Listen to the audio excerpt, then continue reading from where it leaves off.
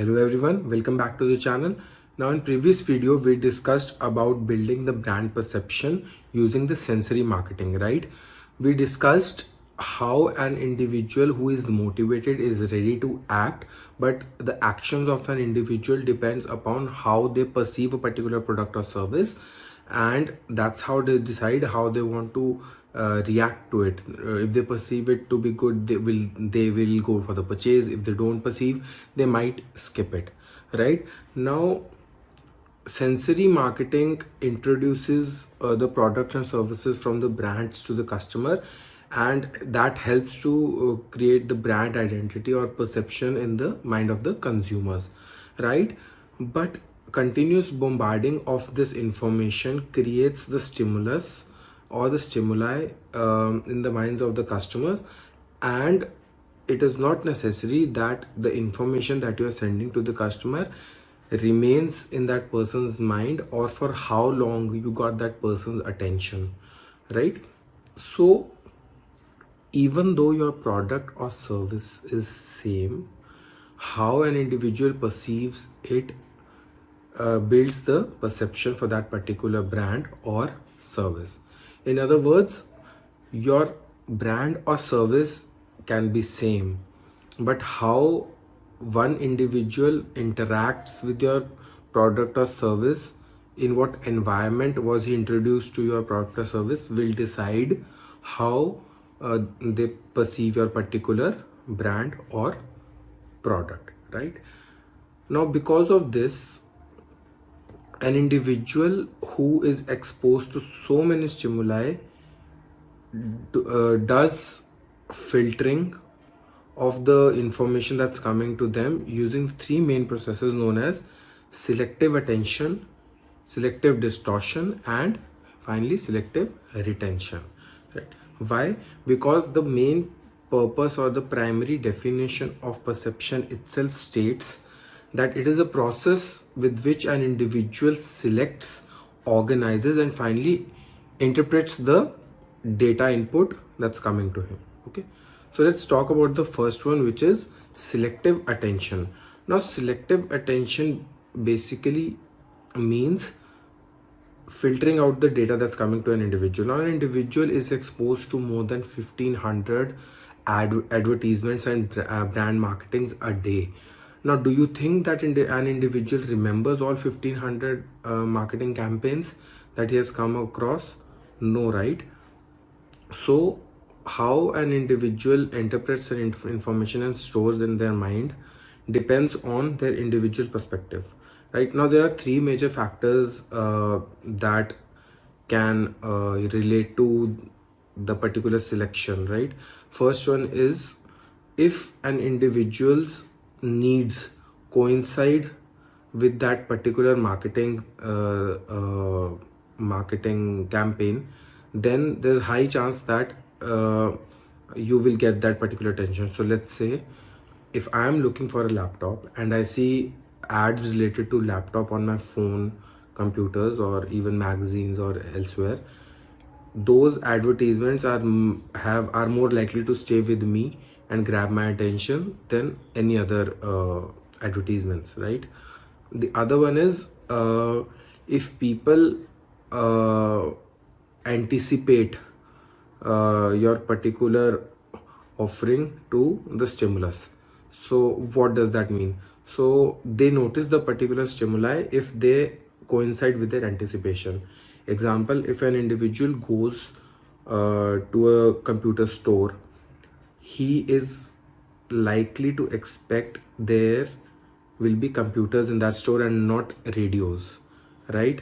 So that's how, if their anticipation coincides with the stimulus, they will give attention to that particular thing. Another thing is if there is huge deviation in relation to the normal stimuli, right? So if an individual feels that your particular stimuli or brand offering is way different from any casual offering, it's supposed to say. So let's say if your brand states or your marketing campaign states that you will give $100 off on the next purchase versus your competitor says $5 off. Obviously $100 off brand campaign will have more attention in minds of the consumers, right? So since the deviation is large, it's more likely to stay in their mind. That's how selective attention works, right?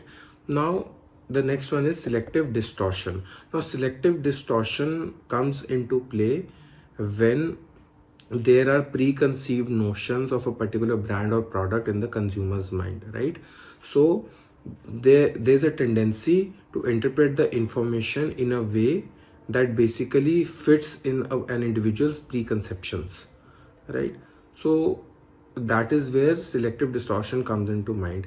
Now this is very important if famous and big brands have already built a brand image in the consumer's mind, right? This is when the preconceived notion for that particular brand comes into play, and an individual might be able to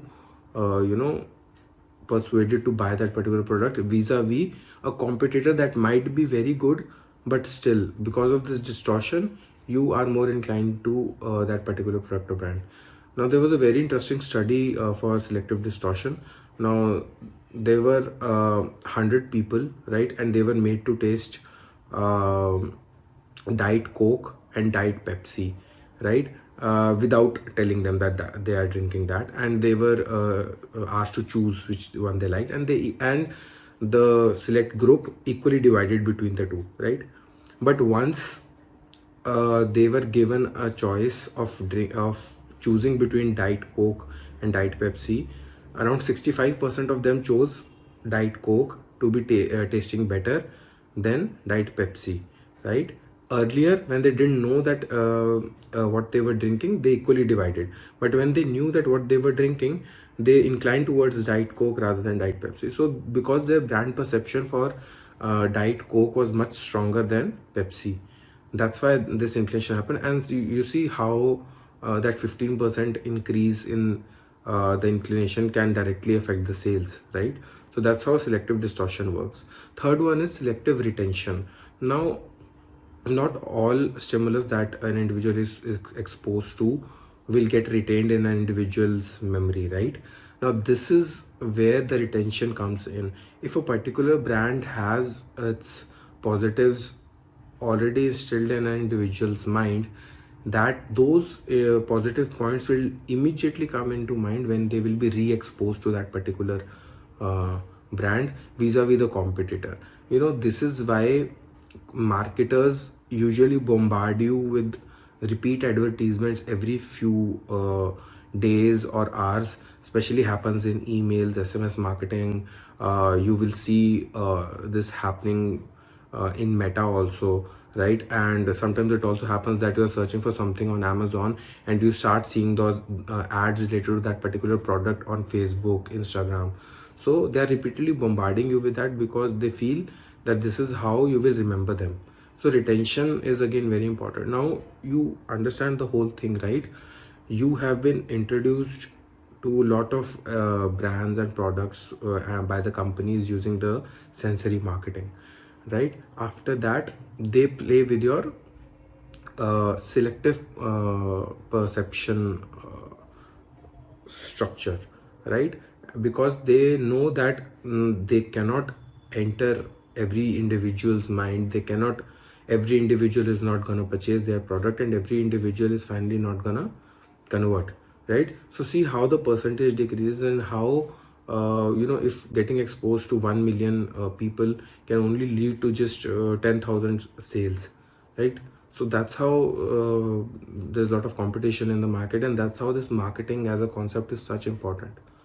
Because when you come to the final conversions, the conversion percentages are so less that some people play in price, some people play in volumes, right? So I hope you have understood this very important concept of perception.